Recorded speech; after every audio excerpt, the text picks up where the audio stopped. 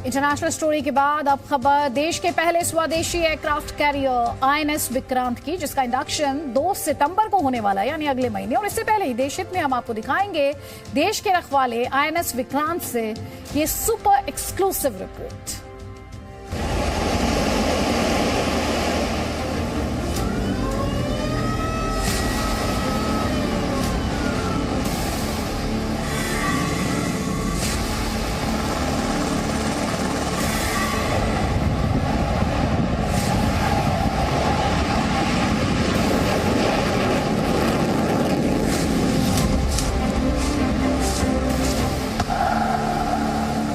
Fighter aircraft की ताकत,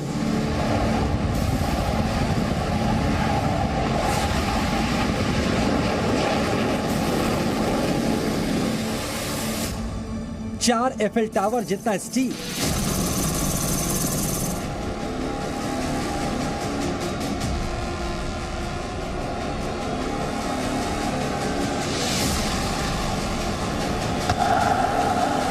भारतीय नौसेना का सबसे बड़ा लड़ैया।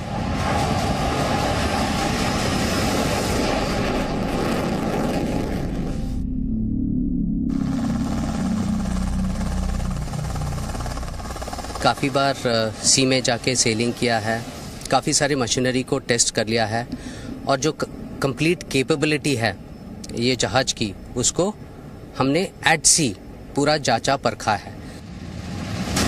आईएनएस विक्रांत से सुपर एक्सक्लूसिव रिपोर्ट।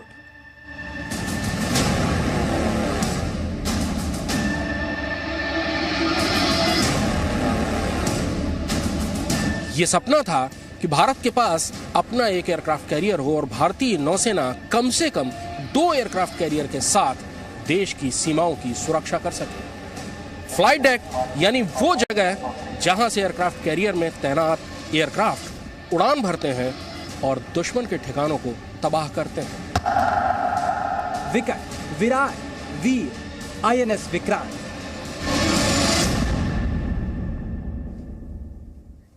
भारतीय नौसेना का सबसे ताकतवर वॉरशिप 2 सितंबर से भारतीय सेवाएं देनी शुरू कर देगा। प्रधानमंत्री नरेंद्र मोदी खुद इसे देश को समर्पित कर सकते हैं, लेकिन कितना ताकतवर है देश का पहला एयरक्राफ्ट कैरियर? कौन कौन से लड़ाकू विमान और हेलीकॉप्टर्स इसमें तैनात रहेंगे? कौन कौन से वॉरशिप और सबमरीन आईएनएस विक्रांत के साथ कैरियर बैटल ग्रुप का हिस्सा बनेंगे? और इस कैरियर बैटल ग्रुप के बारे में जानना भी आपके लिए बहुत ज्यादा जरूरी। तो भारत के 2 सबसे बड़े दुश्मन चाइना और पाकिस्तान के लिए आईएनएस विक्रांत है कितना बड़ा खतरा? सभी सवालों के जवाब आईएनएस विक्रांत से जी न्यूज संवाददाता कृष्ण मोहन मिश्रा की इस खास रिपोर्ट में मिलेंगे आपको।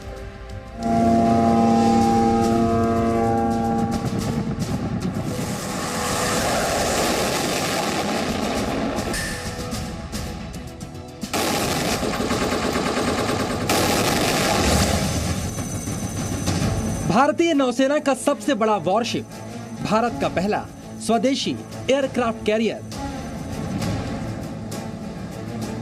जिसकी मौजूदगी किसी भी दुश्मन को आतंकित करने के लिए काफी होगी।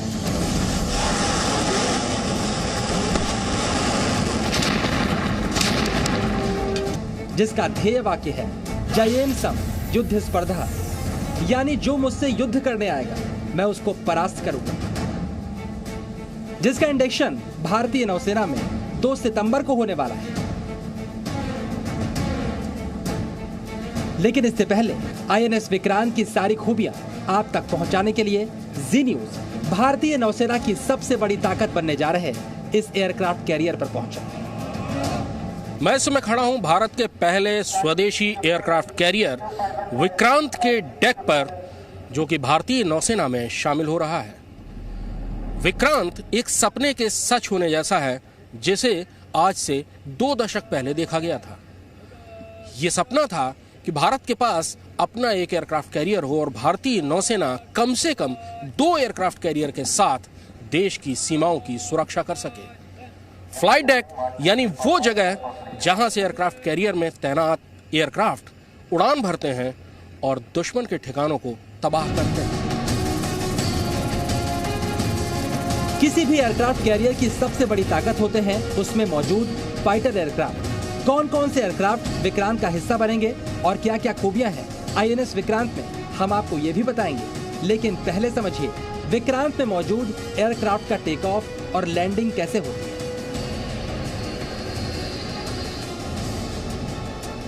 विक्रांत पर ऑपरेट करने वाले फाइटर एयरक्राफ्ट स्टोबार तकनीक का इस्तेमाल करेंगे। स्टोबार यानी कि short take off but arrested landing. इस तरह की टेक ऑफ और लैंडिंग में टेक ऑफ के लिए रनवे के आखिर में एक स्की जंप होता है, जिससे फाइटर एयरक्राफ्ट हवा में उछल जाता है और वो टेक ऑफ कर जाता है।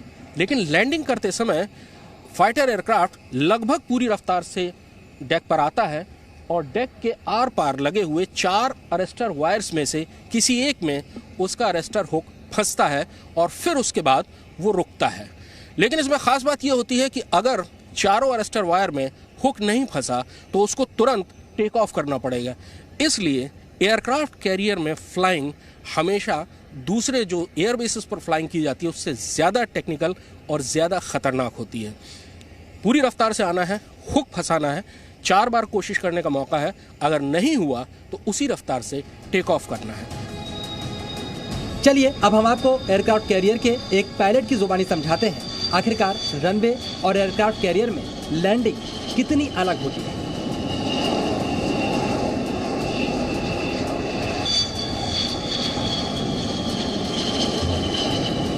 एक एयरक्राफ्ट कैरियर पे लैंड करना, क्योंकि ये जहाज़ भी चल रहा है, जहाज़ आपका रोल पिच भी हो रहा है, इट्स 3D।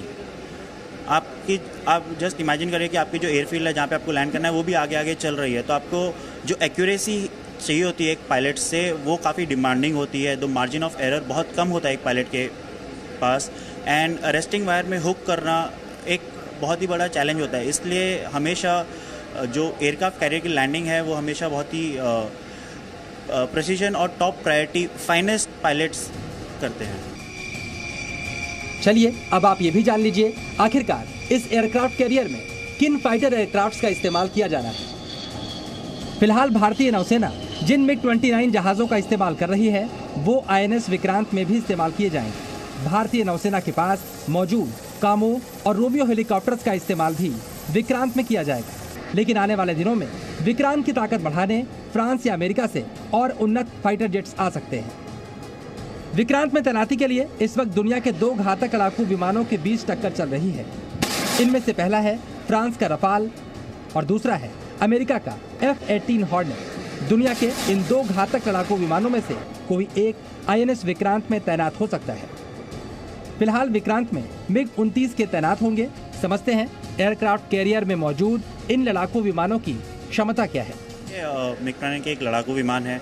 लड़ाकू विमान की कैपेबिलिटीज़ डिपेंड करती हैं कि वो कौन सा आर्मामेंट कैरी कर रहे हैं और उसके हिसाब से उसकी रीच, उसका एंड्योरेंस, वो कितनी दूर तक जा सकता है, कितना आर्मामेंट कैरी कर सकता है, उसके हिसाब से उसकी कैपेबिलिटीज़ डिफाइंड होती हैं। अगर आप विक्रांत के फ्लाइंग डेक पर खड़े होंगे तो ये आपको एक फुटबॉल के मैदान के आकार का दिखेगा। आप एक चौड़ी और लंबी सड़क का अनुभव भी कर सकते हैं। चलिए अब हम आपको विक्रांत की कुछ और खूबियों के बारे में बताते हैं जिसे सुनकर आप गर्व से भर जाएंगे। इसकी लंबाई 262 मीटर है, चौड़ाई 62 मीटर और ऊंचाई 50 मीटर है। विक्रांत का आकार भव्य है और इसकी क्षमताएं बहुत ज्यादा हैं। विक्रांत 40,000 टन से ज्यादा वजनी है, 30 नॉटिकल माइल की रफ्तार से चल सकता है और इस रफ्तार को पहुंचाने के लिए 30,000 हॉर्स पावर के 4 इंजन लगे हुए हैं, यानी हर इंजन 30,000 हॉर्स पावर का। कितनी ताकत होगी इसका अंदाजा आप किसी बाइक या कार के इंजन के हॉर्स पावर से लगा सकते हैं। एक बार में 24 मेगावाट बिजली पैदा कर सकता है। इतनी बिजली किसी छोटे शहर को रोशन करने के लिए पर्याप्त है। विक्रांत की किचन्स में दिन में 3 बार 1500 सेलर्स और ऑफिसर्स के लिए खाना, नाश्ता और स्नैक्स तैयार हो सकते हैं। यह है विक्रांत की क्षमता और यह है विक्रांत का आकार। इस वक्त भारत के पास 2 एयरक्राफ्ट कैरियर हैं। पहला INS विक्रमादित्य और दूसरा INS विक्रांत, जिसका इंडक्शन 2 सितंबर को होने वाला है। दोनों एयरक्राफ्ट कैरियर्स में लैंडिंग और टेक ऑफ एक तरह से होता है। INS विक्रमादित्य का निर्माण रूस में हुआ था, लेकिन विक्रांत पूरी तरह भारत में तैयार किया गया है।